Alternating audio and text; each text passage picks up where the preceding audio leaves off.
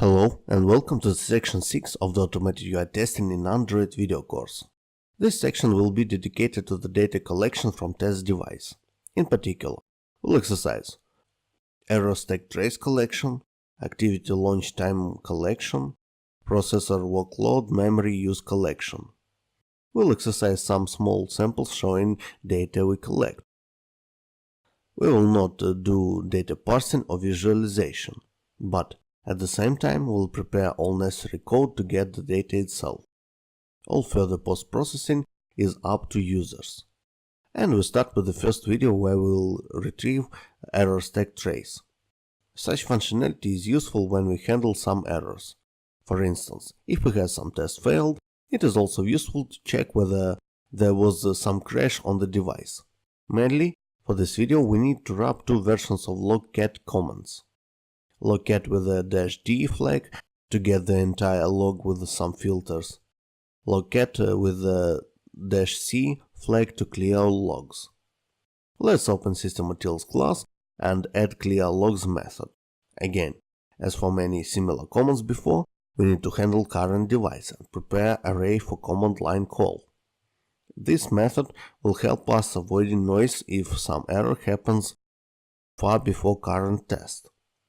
Another method is about retrieving error log somewhere into the file. Let's create dump error log method with the file as a parameter. This time we'll use process builder to invoke command line. However, we still need to handle parameters depending on whether we have device ID defined or not. Also, notice the last command line option. The asterisk ;E option outputs only error messages.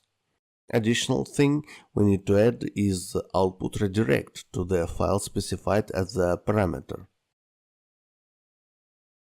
We redirect both normal output and errors to the same file.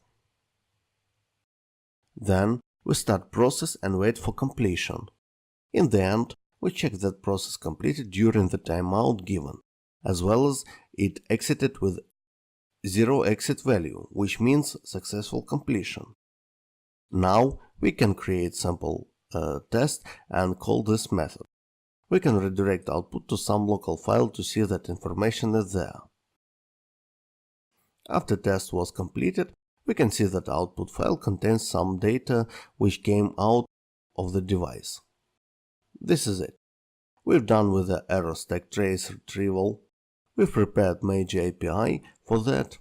The only thing left is to inject this API into proper places handling test results event.